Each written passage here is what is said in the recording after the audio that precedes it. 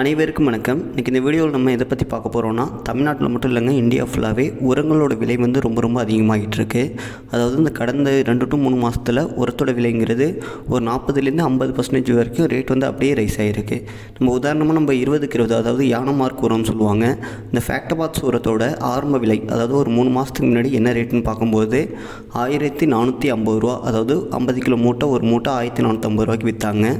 இப்போ வந்து இந்த போர்க்காலத்தை தாட்டி இந்த 3 மாதத்தில் அதோட ரேட் வந்து இப்போ எவ்வளோக்கு ஏறி இருக்குன்னு பார்க்கும்போது, இன்றைக்கி விற்கக்கூடிய ரேட்டுன்னு பார்க்கும்போது 1750 ரூபாங்க. இதுவே வந்து இப்போ அடுத்த வேகன், அதாவது புதுசாக வந்து கடையில் இப்போ ஸ்டாக் இறக்குனாங்கன்னா அந்த உரத்தோட விலை, அதாவது இதே 20க்கு 20 இந்த ஃபேட்டமாத்ஸ் உரத்தோட விலைன்னு பார்க்கும்போது 2150 ரூபாங்க. இப்படி இந்த 3 மாதத்தில் இந்த உரங்களோட விலை வந்து ரொம்ப அதிகமாக இருக்குங்க. மற்ற உரங்கள்லாம் எந்த அளவுக்கு விலை வந்து ரொம்ப அதிகமாக இருக்குது, அது மட்டும் இல்லாமல் இந்த உரங்களுக்கு மாற்றம் நம்ம வேறு ஏதாவது நம்ம பயன்படுத்தலாமா, அதாவது வாட்டர் சால்யூட் ஃபெர்டிலைசரோ இல்லை இயற்கை உரங்களும் நம்ம பயன்படுத்தலாமா, அதை பற்றி தாங்க இப்போ நம்ம விரிவாக பார்க்க போகிறோம். நம்ம சேனலில் விவசாயம் சம்மந்தப்பட்ட வீடியோக்கள் போட்டு விட்டுருக்கோம். விவசாயம் சம்மந்தப்பட்ட வீடியோக்கள் பார்க்க நம்ம எல்கேஜி விவசாய யூடியூப் சேனலை ஃபாலோ பண்ணாதவங்க ஃபாலோ பண்ணிக்கிங்க. இப்போ அவங்க நம்ம வீடியோக்குள்ளே போயிடலாம். இந்த உரங்களோட விலை வந்து அதிகமாகிறதுக்கு அந்த ஈரான் மற்றும் அமெரிக்கா அந்த போராட்டி தாங்க இந்த உரங்களோட விலை வந்து ரொம்ப அதிகமாகிட்டு இருக்குது. அதாவது பெட்ரோல் ரேட்டு ஏறுது அப்படின்ட்டு இந்தியா ஃபுல்லாகவே எல்லாருமே பேசுகிறாங்க. ஆனால் இந்த உரங்களோட விலை வந்து ரொம்ப அதிகமாகிட்டு இருக்குன்ட்டு யாருமே, எந்த ஒரு அரசியல்வாதியுமே யாருமே குரல் கொடுக்குறதே இல்லை. இதோட ரேட் வந்து ஆட்டோமேட்டிக்காக ஏறிக்கிட்டு இருக்குது. அதுவும் இப்போ வந்து சீடு மூவிங்லாம் ரொம்ப கம்மியாக இருக்குது. அதாவது தமிழ்நாட்டில் வந்து இப்போ வந்து அறுவடை சமயங்கிறதுனால பெருசாக அந்த உரங்களோட அந்த தேவைங்கிறது பெருசாக இல்லை. அதனால் இங்கே வந்து ரேட்டு ஏறுறது வந்து பெருசாக யாருக்குமே இங்கே பாதிப்பு இல்லாத மாதிரி தான் தெரியுதுங்க. அதாவது தமிழ்நாட்டில் இப்போ நெல் சீசனோ இல்லாட்டி மற்ற ஏதாவது ஒரு சீசன் இப்போ ஆரம்பிக்குதுன்னா அப்போ தான் விவசாயிகளுக்கு இந்த உரத்தோட விலை வந்து இவ்வளோ ஏறி இருக்கா அப்படின்னு அவங்களுக்கு தெரியும். இப்போ வந்து போதுமான அளவுக்கு மழை இல்லாத காரணத்தாட்டி தமிழ்நாடு ஃபுல்லாகவே எங்கேயுமே கிராப், அதாவது பயிர்கள் வந்து ரொம்ப கம்மியாக தான் வைக்கிறாங்க. வெள்ளாமை வச்சு நம்மளால எடுக்க முடியல, தண்ணி இல்லை அப்படின்ட்டு பெருசாக விவசாயிகள் யாருமே இது வரைக்கும் கொஞ்சம் கம்மியாக தான் வெள்ளாமை பண்ணிக்கிட்டு இருக்காங்க. அதனால் பெரும்பான்மை விவசாயிகளுக்கு இந்த உரத்தோட விலை வந்து ஏறிக்கிட்டு இருக்குது அப்படிங்கிற அந்த தகவலே தெரிய மாட்டேங்குதுங்க. இதை ஏன் இப்போ நான் சொல்கிறேன்னு பார்க்கும்போது, சென்ட்ரல் கவர்மெண்ட் வந்து உரத்துக்கான சப்சிடி வந்து நமக்கு கொடுக்குறாங்க. அதாவது 2 உரங்களுக்கு அவங்க சப்சிடி வந்து கொடுத்துக்கிட்டு இருக்காங்க. யூரியாவுக்கு சப்சிடி கொடுக்குறாங்க. யூரியா வந்து நீங்கள் முன்னாடி ஒரு 250 ரூபாயில் 300 ரூபாய்க்கு நீங்கள் எடுத்திருப்பீங்க. இந்த 45 கிலோ மூட்டை யூரியா இன்னமும் அதே ரேட்டு தான், 280 ரூபாயிலேருந்து 300 ரூபாய்க்கு தான் விற்றுக்கிட்டு இருக்காங்க. அடுத்ததாக என்ன உரத்துக்கு சப்சிடி கொடுக்குறாங்கன்னு பார்க்கும்போது டிஏபிக்கு இன்னும் கொடுத்துக்கிட்டு இருக்காங்க. டிஏபி அதே 1350 ரூபாய்க்கு தாங்க இன்னுமே விற்றுக்கிட்டு இருக்காங்க. டிஏபிக்கு அதே சப்சிடி வந்துக்கிட்டு தான் இருக்குது. ஆனால் மற்ற உரங்கள்னு பார்க்கும்போது நீங்கள் ஒரு 2-3 மாதத்துக்கு முன்னாடி உரத்தை எடுத்துகிட்டு இப்போ வந்து பயிரில், அதாவது நம்ம வயலில் எந்த ஒரு வெள்ளாமையும் வைக்கல, இப்போ தான் நான் புதுசாக தக்காளி இல்லாட்டி மிளகாய் ஏதாச்சும் நட்டுருக்கேன், இதுக்கு வந்து நம்ம ஏதாச்சும் ஒரு உரம் எடுக்கலாம் அப்படின்ட்டு நீங்கள் போய்ட்டு நீங்கள் கேட்டிங்கன்னா இப்போ இருக்கக்கூடிய உரங்களோட விலை வந்து ரொம்ப வித்தியாசமாக இருக்கும். அதாவது நீங்கள் பழசு எடுத்ததுக்கும் புதுசு எடுத்ததுக்கும் அப்படியே டிஃப்ரெண்ட்டாக இருக்குங்க. நம்ம உதாரணமாக நம்ம 20க்கு 20 0.13, அதாவது இந்த ஃபேட்டமாத்ஸ் உரத்தை பற்றி கூட நம்ம சொன்னோம். ஆரம்பத்தில் நமக்கு கிடைச்ச விலைன்னு பார்க்கும்போது 1450 ரூபா.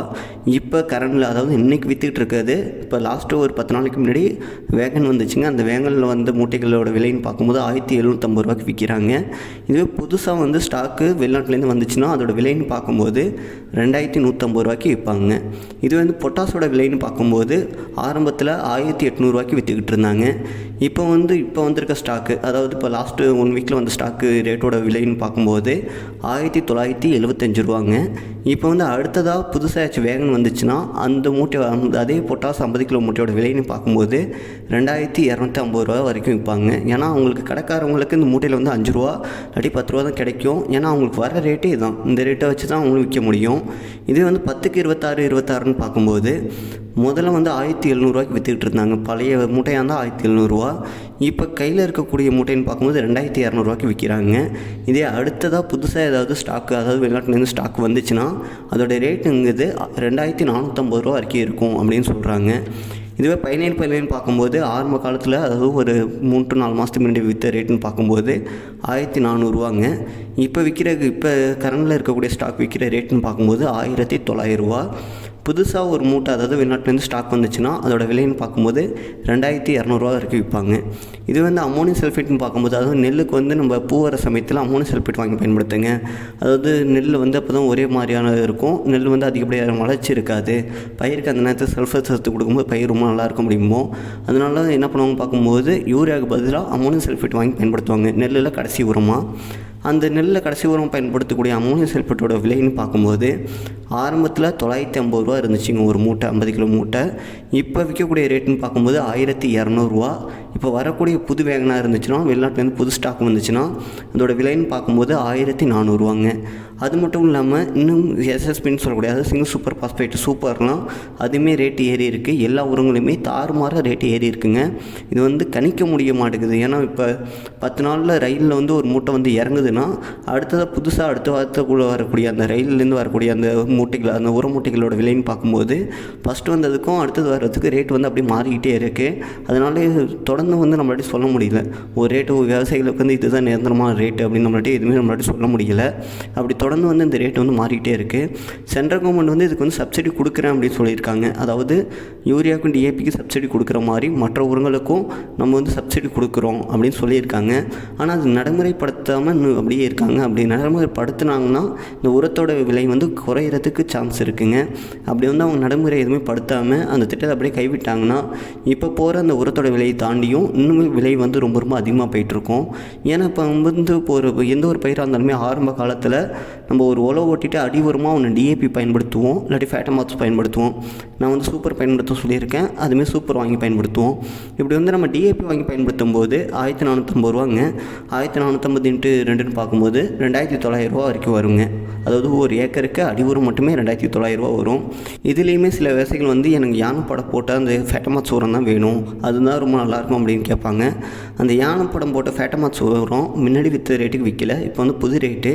இப்போ வரக்கூடிய ரேட்டுன்னு பார்க்கும்போது 2150 இது ஒரு ஏக்கருக்கு 2 மூட்டை இந்த யானை உரத்தை வாங்கி பயன்படுத்தினாங்கன்னா 2 மூட்டையோட விலைன்னு பார்க்கும்போது 4300 வருங்க. ஒரு ஏக்கருக்கு அடி உரம் மட்டுமே 4300 வரும். இதே மாதிரி நம்ம பொட்டாஸ்லாம் வந்து இப்போ ஒரு ஏக்கருக்கு 1.5 மூட்டை 2 மூட்டை கூட பயன்படுத்தின விவசாயிகள்லாம் இருக்காங்க. நம்ம வந்து ஆரம்பத்தில் ஒரு 15 to 20 கிலோ போதும் நம்ம சொல்லிகிட்டு இருப்போம், ஆனால் அவங்க கேட்கவே மாட்டாங்க. ஆனால் இப்போ விற்கக்கூடிய விலைன்னு பார்க்கும்போது நம்ம சொல்கிறது தாங்க கரெக்டு. அளவான உரங்களை மட்டும் பயன்படுத்துங்க, உரங்களை வந்து அதிகமாக பயன்படுத்தாதீங்க. ஏன்னா ஒரு ஏக்கருக்கு வந்து எந்த அளவுக்கு அந்த பயிருக்கு வந்து தேவையான அளவோ அந்த அளவுக்கு பயன்படுத்துங்க. அதேமாதிரி உரங்களை வந்து பிரித்து பயன்படுத்துங்க. நீங்கள் ஒரே நேரத்தில் நீங்கள் உரத்தை வைக்கும் போது அது நம்ம அதிகப்படியாக தண்ணி பாய்ச்சும் போது அந்த தண்ணியில் வந்து அதை அடிச்சுட்டு போகும், இல்லாட்டி அது ஆவியாகி போகும், இல்லாட்டி பயிராட்டி எடுக்க முடியாத சூழ்நிலைக்கு போயிட்டு நிற்கும். அதனால் நீங்கள் எப்போ உரம் வச்சாலுமே அதை வந்து பிரித்து வைங்க. ஒரு பயிர் நீங்கள் பயிர் பண்ணுறீங்கன்னா ஒரு 3லேருந்து 4 தடவை வந்து அந்த உரத்தை பிரித்து வைக்கும்போது பயிர் வந்து வேஸ்ட் பண்ணாமல் எடுத்துக்கும். அந்த உரத்தோட இழப்பு வந்து பெருசாக இருக்காது. ஏன்னா இன்றைக்கி விற்கக்கூடிய உரத்தோட விலை ரொம்ப ரொம்ப அதிகம். அதெல்லாம் கவனமாக வாங்கி பயன்படுத்துங்க. இதையும் தாண்டி பயிர்களுக்கு வந்து நீங்கள் என்னென்ன உரங்கள்லாம் கொடுக்கலாம், அதாவது நம்ம வந்து பொட்டாஸ்லாம் இப்போ ரேட் வந்து ரொம்ப ரொம்ப அதிகமாக இருக்குங்க. நம்ம ஒரு மூட்டைன்னு பார்க்கும்போது 2250 கிட்ட வருதுன்னு சொல்லியிருக்கோம் புது வெங்காயம்லாம். இந்த பொட்டாஸை நம்ம பயன்படுத்துகிற மாதிரி இருந்துச்சுன்னா பொட்டாஸுக்கு நம்ம ஆல்டர்னேட்டிவாக அதுக்கு பொட்டாஸுக்கு பதிலாக வந்து நம்ம வாட்டர் சால்யூபிள் ஃபெர்டிலைசர் நம்ம வாங்கி பயன்படுத்துகிறாங்க. வாட்டர் சால்யூபிள் ஃபெர்டிலைசரில் பொட்டாஸ் வந்து 0050 பொட்டாசியம் சோனேட் வருது, இல்லைனா 13 சொல்லக்கூடிய பொட்டாசியம் நைட்ரேட் வருதுங்க. இதெல்லாம் வாங்கி நம்ம பயன்படுத்தலாம். இது வந்து மேலே நம்ம ஸ்ப்ரேயிங் கொடுக்கலாங்க. ஒரு ஏக்கருக்கு வந்து அதிகபட்சம் 1/2 கிலோ இருந்தாலே போதும். அப்படி இல்லாட்டி நம்ம கீழே விடும்போது கூட ஒரு ஏக்கருக்கு 8லேருந்து 10 கிலோ வரைக்கும் நம்ம விடலாம். இதோட ரேட்டுமே கொஞ்சம் அதிகமாக தான் ஆகிருக்கு. முன்னாடி இருந்ததுக்காக இதோட ரேட்டும் இப்போ அதிகமாக தாங்க ஆகிருக்கு. இருந்தாலுமே நம்ம வாட்டர் சால்யூபிள் ஃபெர்டிலைசர் வாங்கி பயன்படுத்தும் போது நமக்கு வந்து நல்ல ரிசல்ட் கொடுக்குங்க.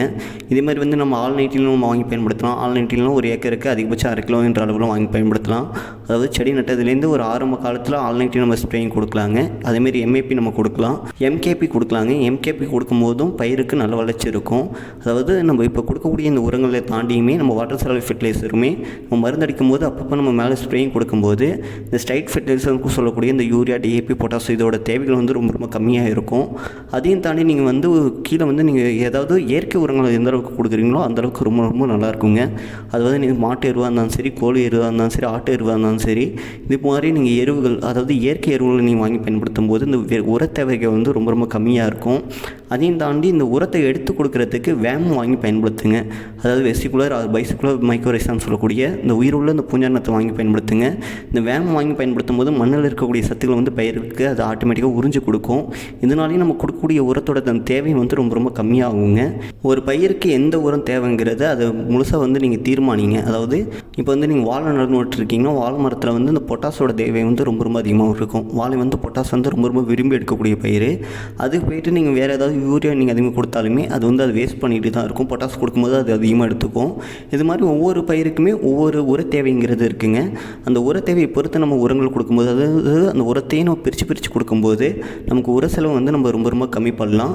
வாட்டர் சாலிட் ஃபெர்டிலைசர் நம்ம மேலே ஸ்ப்ரேயிங் கொடுக்கும்போதும் அதோட செலவு வந்து ரொம்ப கம்மி பண்ணலாங்க. சனப்பை, தக்கப்பூண்டு இதெல்லாம் நீங்கள் நடவு பண்ணிவிட்டு நீங்கள் உழவு விட்டு விடும்போது அந்த மண்ணில் வந்து ரொம்ப ஆரோக்கியமாக இருக்கும். அப்பயும் நீங்கள் உர தேவை வந்து நீங்கள் குறைக்கலாம். எனக்கு தெரிஞ்ச வரைக்கும் உரங்களோட தேவை வந்து நம்ம எப்படிலாம் குறைக்கலாம் இந்த வீடியோவில் நான் விரிவாக விளக்கியிருப்பேன் நம்புகிறேன். இந்த வீடியோவில் வேறு ஏதாவது உங்களுக்கு சந்தேகம் இருந்தாலும் அதையும் கமெண்ட் பாக்ஸில் கமெண்ட் பண்ணுங்கள். இந்த வீடியோ பிடிச்சிருந்துச்சுன்னா லைக் பண்ணுங்கள், ஷேர் பண்ணுங்கள், கமெண்ட் பாக்ஸில் கமெண்ட் பண்ணுங்கள். இது போன்ற யூஸ்ஃபுல்லான வீடியோ பார்க்க நம்ம எல்கேஜி யூடியூப் சேனலை ஃபாலோ பண்ணாதவங்க ஃபாலோ பண்ணிக்கோங்க. நன்றி, வணக்கம்.